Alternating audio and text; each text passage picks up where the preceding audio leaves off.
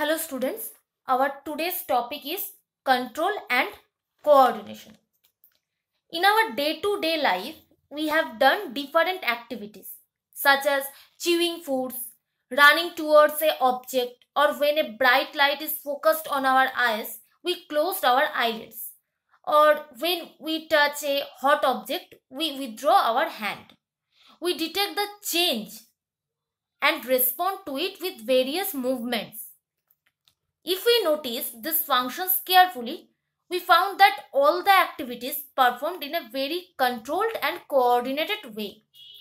And to do the works in systematic order, living organisms use some specialized tissues. In case of multicellular organisms, such as human, birds, reptiles, control and coordination are provided by nervous and muscular tissue. Now, nervous tissue is made up of an organized network which transfer information via electrical impulse. Now, let's understand the process through diagram. Before started the impulse transfer mechanism, we have to understand the structure of neuron. It's a figure of neuron. This part is the head part or dendron part of neuron. It consists with a cell body which has a distinct nucleus. The tip of dendron is known as dendrite. Dendron is extended and the extended part is known as axon. This portion which connects the axon and dendron part is known as axon hillock. This part is known as myelin sheath. The swollen cells present into the myelin sheath is known as Schwann cell. And the gap between the myelin sheaths are known as gap of Ranvier. Axons ended to the nerve ending. Here another neuron structure is present.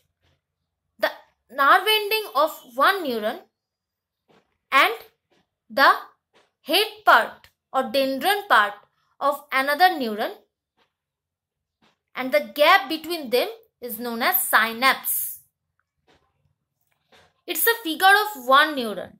Like this, many neurons are attached with each other like a chain. Now, this is time to understand the impulse generating mechanism. Firstly, we gathered information from environment. And this information first go to the tip of the dendritic part, means this portion. Information are gathered here. Then sets of chemical reaction takes place in this portion. From these chemical reactions, electrical impulse are generated and which is collected into the cell body.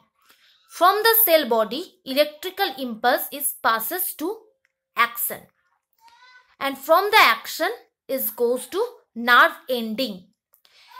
In the nerve end, different chemicals are released. And then these chemicals go through the gap or synapse. Then it generates the impulse and impulse sent to the next neuron. This is the impulse generating mechanism. Information goes through this process and passes one neuron to another neuron in this pathway. Now another term, reflex action. When we do a work with deep thought, then it is regulated by our brain. But if we do a work suddenly, such as close our eyes when bright light focused on it, it is not performed by our brain. This type of action by nervous system is known as reflex action. Means reflex action is not performed through brain. It performed through nervous system. The concept of reflex action is given by Russian scientist Ivan Petrovich Pavlov. For this work, he got Nobel Prize. Reflex action are of two types. First one is inborn reflex action and another one is acquired reflex action. Now what is inborn reflex action? This type of reflex action is present in us at the time of birth. Such as just after birth, baby wants to feed his mother's breast milk, or salivation on tasting food, or peristalsis of food, what we read in nutrition mechanism. Then acquired reflex action. What is it? This type of is required or acquired by continuous experience in lifestyle. It is not present in us from the time of birth. Example as jerking of hand back after touching a hot oven, or jerking your leg when any spike passes through it. So inborn is present at the time of birth and acquired we got after practicing the same situation again and again. Now another term, reflex arc. Reflex arc is nothing but a circular pathway to perform reflex action. The concept of reflex action is given by Ivan Petrovich Pavlov, and reflex arc is the mechanism to perform the reflex action. Here is the pathway. We have to understand it very clearly. It started from here. What is it? It is the receptor or our skin. When a stimulus comes from the external environment, receptor or skin collect it. Then it passes through sensory neuron. It's the sensory neuron. Green line is the sensory neuron.